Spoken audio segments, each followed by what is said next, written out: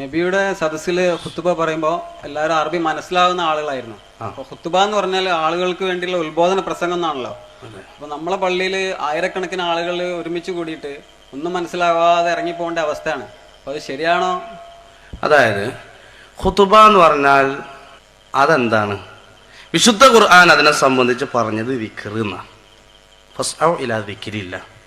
ഹദീസിലും പറഞ്ഞത് യസ്തമിഊന ദിക്റ എന്നാണ്. ദിക്ർ എന്നാണ്. ഖുതുബ നിർവഹിക്കുക എന്നുള്ളത് ഇവിടെയുള്ള എല്ലാ കക്ഷികളും പറയുന്നു നിർബന്ധമാണ്.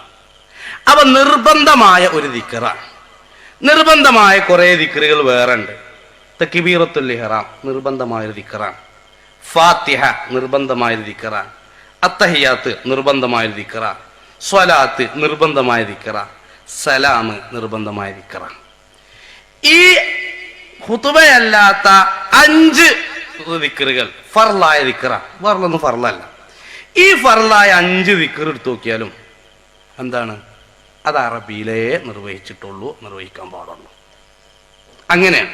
അതാണ് ഉദാഹരണമായി ഇമാം നവവി റളിയല്ലാഹു അൻഹു പറഞ്ഞത്. അപ്പൊ പിന്നെ പറയുന്നത് എന്താണ്? അതൊക്കെ അള്ളാനോടല്ലേ? ഇതോ ഖുതുബ ജനങ്ങളോടല്ലേ? അസ്സലാമു അലൈക്കും എന്ന് പറയുന്നത് അള്ളഹാനോടാ. അള്ളാഹ്ക്ക് എന്തിനാ സലാമത്തിന്റെ ആവശ്യം? ഓൾറെഡി സലാമത്ത് തന്നെ അല്ലേ? അപ്പൊ അസ്സലാമു അലൈക്കും എന്നുള്ളത് ആരോടാണ്? ഫത്ഹുൽ മീൻ അടക്കമുള്ള കിതാബുകളിൽ കണ്ട അത് ആരോടാണ്? അത് മലായിക്കത്തിനോടാണ്, അതുപോലെ അടുത്തിരിക്കുന്ന ആൾക്കാരോടാണെന്നൊക്കെ കാണാം. പോട്ടെ. പിന്നെ തിരിയുന്ന പ്രശ്നമാണ്. ഖുതുബ എന്ന് പറഞ്ഞാൽ തിരിയണം. അതുകൊണ്ട് മലയാളത്തിലാവണം. അങ്ങനെ ചില ആൾക്കാർ പറയാറുള്ളത്. ഖുതുബ തിരിയരുത് എന്നൊരു വാസി സുന്നിയക്കില്ല. തിരിയണം തന്നെ നമ്മളും പറയുന്നത്. അതിനെന്താ വേണ്ടത്? അറബി ഭാഷയിലുള്ള ഖുതുബ തിരിയാൻ എന്താ വേണ്ടത്? ഖുതുബ മാറ്റിയല്ല. നമ്മളൊരു ടൗണിൽ പോയിട്ട് ഒരു കടയിൽ പോയിട്ട് ചെരുപ്പിട്ട് നോക്കി. ചെരുപ്പിട്ട് നോക്കുമ്പോൾ സുബ്ഹാനല്ലാഹ് മടമ്പ് പുറത്ത് ചെരുപ്പ് ഔത്ത്. അങ്ങനെ എന്താണ്? മടമ്പ് ലേശം ചെത്തുക. അങ്ങനെയല്ല വേണ്ടത്.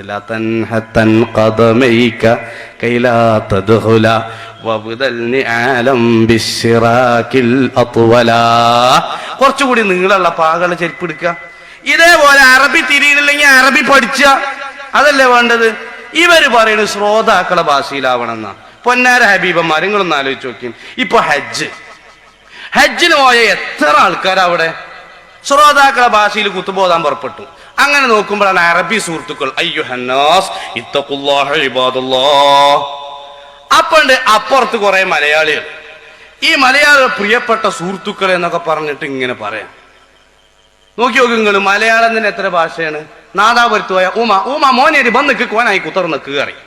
അതിന്റെ മോന്തൊക്കെ ഒന്നും തന്നാ കാണാന്ന് പറയും മലപ്പുറത്ത്. പുള്ളിക്കാരൻ എവിടെയാ ഹോ എന്ന് പറയും തെക്കൻ കേരളം. ഇങ്ങനെ പല ആൾക്കാരുമാണ്. ഓലോട് ഓല ഭാഷയിൽ 6 നാട്ടിൽ 100 ഭാഷ എന്നാണ്. അപ്പണ്ട് അപ്പുറത്ത് ഇങ്ങനെ വേറൊരാൾ ഇങ്ങനെ നോക്കണു. ആരാ? തമിഴ്നാട്ടുകാരനാ. ഓ സൊള്ള മുടിയാതെ ഓ ഇങ്ങനെ നിൽക്കുക. അപ്പുറത്തുണ്ട് ഇത് വേറൊരാള് എന്തു മൂന്തു നാന്തു എന്ന് പറഞ്ഞിട്ട് കർണാടകക്കാര്. അപ്പൊ കുറച്ചപ്പുറത്തുണ്ട് കുറച്ച് ചെറിയ ആൾക്കാർ, വെളുത്ത മനുഷ്യന്മാര്, ചിം ചും ചാം എന്ന് പറയുന്ന ചൈനക്കാര്. ഇങ്ങനെ ചുരുക്കി പറഞ്ഞ ഒരുപാട് ആൾക്കാര് ഹജ്ജിന് വന്നിട്ടുണ്ട്. അവിടുത്തെ ഖത്തീബ് ഏത് ഭാഷയിലാ ഓതണ്ട്? തിരിയണ ഭാഷയിൽ ഓതുകയാണെങ്കിൽ നിങ്ങളൊന്ന് ആലോചിച്ച് നോക്കി. എങ്ങനെ ഓതുക? കിയാമത്ത് വരെ കുത്തുബ കജ്ജുവോ? ഇല്ല. അങ്ങനെയുള്ള മുഴുവൻ ഭാഷയും കൂടി കാണാപ്പാടാക്കാൻ കജ്ജുവോ? ഇല്ല. അത് മൂല്യരെ അത് നിങ്ങൾക്ക് തിരിയേറ്റ ഭൂരിപക്ഷം ഈ തിരിയണ ഭാഷയിൽ ഓതണം എന്നുള്ളത് ഖുർആന അല്ല, ഹദീസ അല്ല, പിന്നെന്താ? മൗലവിന്റെ തൊള്ള. വേറൊന്നും വിഷയത്തിനില്ല. ഇനി അങ്ങനെന്താ ഭൂരിപക്ഷം നോക്കണം എന്ന് പറഞ്ഞു. ഭൂരിപക്ഷം നോക്കണമെന്നില്ല. എന്താ തെളിവ്? ഖൗലുൽ മൗലവി ലൈസ ബിഹുജ്ജത്തിൻ. അതും തെളിവല്ല. അത് മൗലവിന്റെ വാക്കാം അല്ലേ? അത് ഭൂരിപക്ഷം നോക്കണം എന്നിങ്ങനെ ചിന്തിക്കുകയാണ്. അങ്ങനെ ഉദാഹരണം പറയാം. സുബ്ഹാനല്ലാഹ് ഇങ്ങനെ നിൽക്കുക. എവിടെ? നമ്മളെ താമരശ്ശേരി. അതിന്റെ അപ്പുറത്തുണ്ട് ഒരു ഒറ്റ മിനാരുള്ള പള്ളി. ആ ദേവാലയത്തിൽ വെച്ച് വെള്ളിയാഴ്ച ഒരു സംഗതി നടക്കുകയാണ്. അങ്ങനെ അവിടെ ഇങ്ങനെ ഖുതുബ നടക്കുമ്പോൾ ആകെ മുജാഹിദ് പള്ളിയിൽ എത്ര ഉണ്ടാകുക? 3.25 കുട്ടികളും 2.25 തന്താരും ഉണ്ടാകുക. അങ്ങനെ അവിടെ ഇങ്ങനെ ഖുതുബ നിർവഹിച്ചു നോക്കുമ്പോഴാണ് എന്താണിത്? വയനാട്ടിൽ നിന്ന് ചങ്ങരംകുളത്തേക്ക് ഒരു ബസ്, ലേഡീസ് ആൻഡ് ജെന്റ്സ്, ആണും പെണ്ണും കൂടി സമ്മേളനത്തിന് പോകുക. അങ്ങനെ സമ്മേളനത്തിന് ഒരു ബസ് ആൾക്കാർ അവിടുന്ന് ഇവിടുന്ന് പെറുക്കിയിട്ടിങ്ങാണ്ട് പോവുകയാണ്. അങ്ങനെ പെറുക്കിയിടുമ്പോൾ ഒരു തമിഴന്മാരാണ്. എവിടുന്നോ വരിക, നീലഗിരി അപ്പുറത്തുനിന്ന് വരികയാണ്. ഇറങ്ങാറായിട്ട് പള്ളി കയറി നോക്കുമ്പോ ഭൂരിപക്ഷം മാറി. അപ്പൊ ഞാൻ ഖത്തീബ് ഏത് ഭാഷയിലാ ഓതുക? അപ്പൊ ഇവിടെ യുക്തി ഒഴിവാക്കിയിട്ട് എന്ത് ചെയ്യണം? ഈ ഖുതുബയുടെ വിഷയത്തിൽ നബി തങ്ങളുടെ ഫിഅലെന്ത്, ഖൗലെന്ത്, ഖറാറെന്ത്? നബി തങ്ങളുടെ പ്രവൃത്തി നോക്കുമ്പോൾ അറബി അല്ലാത്ത ഭാഷയിൽ കാണുകയില്ല. സഹാബത്തിന്റെ പ്രവൃത്തിയോ ഖുലഫാഉർ റാഷിദുകൾ ബഹുമാനപ്പെട്ട ഇമ്രാൻ റളിയല്ലാഹു അൻഹു പറയുന്നു, വയുസ്തറതു കൗനുൽ ഖുതുബത്തി അറബിയ്യ, ഖുതുബ അറബിയിലായിരിക്കൽ ഷർത്താണ്. ലി അന്ന നബിയ നബി സല്ലല്ലാഹു അലൈഹി വസല്ലം വൽ ഖുലഫാഅ ബഅദഹു ഖുലഫാഉർ റാഷിദുകളും കാനു യഖ്തുബൂന ബിൽ അറബിയ്യ, അറബി ഭാഷയിലാണ് ഓതിയത്. ഇതന്നെ നേരത്തെ വായിച്ച കെ.എം. മൗലവി സാഹിബും പറഞ്ഞു ഇല്ലേ? സൽമാനുൽ ഫാരിസി റളിയല്ലാഹു അൻഹു പേർഷ്യക്കാരനാണ്. ഈ പേർഷ്യക്കാരനായ സൽമാനുൽ ഫാരിസി റളിയല്ലാഹു അൻഹു ദീനിന്റെ വിഷയങ്ങളൊക്കെ പഠിച്ച് മനസ്സിലാക്കി സ്വന്തം നാടായ ഫാരിസിലേക്ക് പോയി, പേർഷ്യയിലേക്ക് പോയി.